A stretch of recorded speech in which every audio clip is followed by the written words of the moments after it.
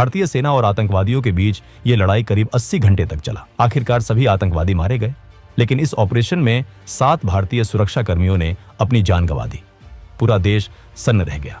जांच में साफ हुआ कि इस पूरे हमले के पीछे शाहिद लतीफ का दिमाग काम कर रहा था। वो आतंकियों को निर्देश दे रहा था। हथियारों की सप्लाई, रास्तों की जानकारी और हर कदम की प्लानिंग उसी के जरिए हुई थी। इस हमले के बाद भारत और पाकिस्तान के रिश्ते पूरी तरह बिगड़ गए। प्रधानमंत्री स्तर की बातचीत रुक गई। भरोसा पूरी तरह टूट चुका था। शाहिद लतीफ भारत की मोस्ट वांटेड लिस्ट में आ गया। 2022 में भारत सरकार ने उसे यूएपीए कानून के तहत आतंकवादी घोषित कर दिया, लेकिन इसके बावजूद वो पाकिस्तान में खुलेआम घूमता रहा। 2023 आते आते हालात बदलने लगे। भारत ने एक नई रणनीति पर काम शुरू किया। पाकिस्तान में छिपे आतंकवादियों को अब अननोन गनमैन के जरिए एक एक कर निशाना बनाया जाने लगा। दिल्ली से आदेश जाते थे और पाकिस्तान की जमीन पर बैठे आतंकी मारे जाते थे। पाकिस्तान में बैठे आतंकियों के बीच डर का माहौल बन गया था। जो लोग सालों से खुलेआम घूम रहे थे, अब वो डरने लगे थे। कई आतंकियों ने मदद के लिए आईएसआई का दरवाजा खटखटाया।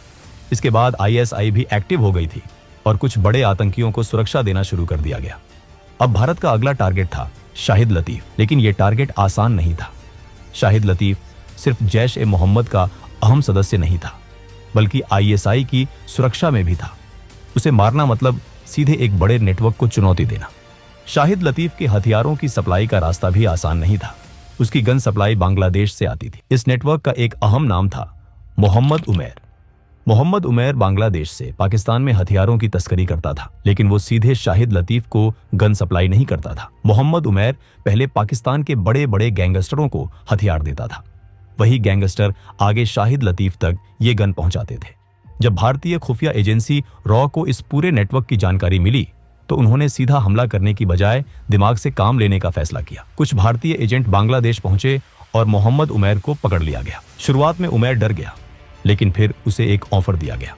रॉ एजेंट ने उसे कहा कि अगर वो अपने कॉन्टैक्ट्स का इस्तेमाल करके शाहिद लतीफ की लोकेशन बता दे तो उसे बहुत सारा पैसा मिलेगा।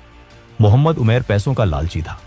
उसने ज्यादा सोच विचार नहीं किया और भारत की मदद करने के लिए तैयार हो गया। इसके बाद मोहम्मद उमैर ने अपनी पूरी ताकत झोंक दी।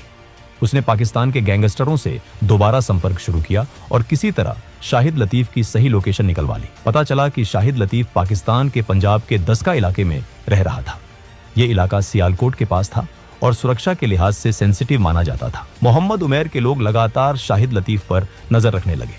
वो कब निकलता है, कहां जाता है, किसके साथ रहता है, हर छोटी बड़ी जानकारी इकट्ठा की जाने लगी। ये सारी खबरें धीरे धीरे रॉ तक पहुंचती रहीं। निगरानी में ये बात साफ हो गई कि शाहिद लतीफ हर वक्त अपने साथ 2 बॉडीगार्ड रखता था। वो कहीं भी अकेले नहीं जाता था।